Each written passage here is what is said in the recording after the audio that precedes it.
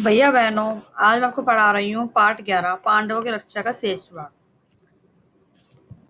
ये देखिए बेटा, पांडवों की रक्षा कैसी की गई थी। वो कैसे उस गुफा में से निकले थे, उसमें जो लाख का घर बनाया था, कैसे चुपके से निकले सुरंग में से, कैसे उनकी रक्षा की गई थी। एक दिन प्रोचन ने सोचा कि अब पांडवों का काम तमाम करने का समय आ गया है। लेकिन पांडवों ने भी एक योजना बना रखी थी, जिससे प्रोचन को पता ही नहीं चला कि सुरंग भी बन गई है और वहां से निकल गए। उन्हें उससे बिल्कुल भी शक नहीं होने दिया प्रोचन को। अब देखिए, प्रोचन कोई ये सोच रहा है कि उन्हें कुछ पता ही नहीं है, वो अपनी योजना बनाने में लग रहा है। ये नहीं पता उन्हें सब पता चल चुका है पहले से ही। रंग ढंग से ताड़ गए कि वे क्या सोच रहा है। युधिष्ठिर की सलाह से माता कुंती ने उसी रात को एक बड़े भोज का प्रबंध किया। ठीक है बेटा, युधिष्ठिर की सलाह से उनकी माता ने बड़े भोज का खाने का प्रबंध किया। नगर सभी लोगों को भोजन कराया, बड़ी धूमधाम रही। मानो कोई बड़ा उत्सव हो, जैसे कि ऐसा खाना खिलाया। खूब खा पी कर भवन के सब कर्मचारी गहरी नींद में सो गए। पुरोचन भी सो गए साथ में। आधी रात के समय भीमसेन ने भवन में कई जगह आग लगा दी और फिर सोचा, पांचों भाई माता कुंती के साथ सुरंग के रास्ते अंधेरे में रास्ता टोटलते टोटलते बाहर निकल गए।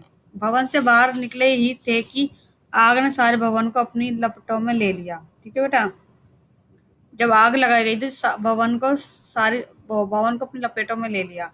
पुरोचन के रहने के मकान में भी आग लगी, जिसमें पुरोचन रह रहा था। सारे नगर के लोग इकट्ठे हो गए और पांडव को भवन को भयंकर आग की पेट को तो देखकर हाहाकार मचने लगे, शोर मचने लगे काफी ज्यादा। कौरवों के अत्याचार से जनता क्षुब्ध हो उठी और तरह तरह से कौरवों की निंदा करने लगी और क्रोध में गुस्से में वो जलांजलि दी। फिर सब मिलकर बड़े जोर जोर से रोते हुए विलाप करते हुए घर लौटे। परंतु दासनी विदुर ने शोक को मन में ही दबा दिया। अधिक शोक प्रदर्शन ना किया, ज्यादा शोक प्रदर्शन नहीं जताया उन्होंने कि मुझे दुख है। इसके अलावा विदुर को यह भी पक्का विश्वास था कि पांडव लाख के भवन से बचकर निकल गए होंगे। पितामह भीष्म तो मानो शोक के सागर में ही थे, डूब गए थे उस शोक में, सदमा लग गया था। पर उनको विदुर ने धीरज बांधा और पांडवों को बचाव के लिए किए गए अपने सारे प्रबंध का हाल बताकर उन्हें चिंता से बाहर निकाला, जो उन्हें चिंता और इस शोक में डूबे हुए थे। लाके घर को जलता हुआ छोड़कर पांचों भाई माता कुंती के साथ बच निकले सेफ्टी के साथ और चल दिया आगे की ओर। जंगल में पहुंच गए। जंगल में पहुंचने पर भीमसेन ने देखा कि रात भर जगे होने तथा चिंता और भय से पीड़ित होने के कारण चारों भाई बहुत थके हुए हैं। बहुत ज्यादा थके हुए हैं, उन्हें भूख भी लग रही होगी। होने के कारण वो माता कुंती दशा तो बड़ी ही दयनीय थी, बड़ी खराब थी उनकी स्थिति। बेचारी थककर चूर हो रही थी, बहुत ज्यादा टायर्डनेस थी। सो महाबली भीम ने माता को उठाकर अपने कंधे पर बैठा लिया और नकुल एवं सहदेव को कमर पर ले लिया और उनके देखते देखते सारा भवन जलकर राख हो गया। पुरोचन का मकान और स्वयं पुरोचन भी आग की भेंट में हो गया। वारणावत के लोगों ने तुरंत ही हस्तिनापुर में खबर पहुंचा दी कि पांडव जिस भवन में ठहरे थे वे जलकर राख हो गया और भवन में कोई भी जिंदा नहीं बचा। मतलब कि वारणावत के लोगों ने हस्तिनापुर में खबर फैला दी कि पांडव जहाँ ठहरे थे वहां आग लग गई, उसमें कोई भी जिंदा नहीं बचा।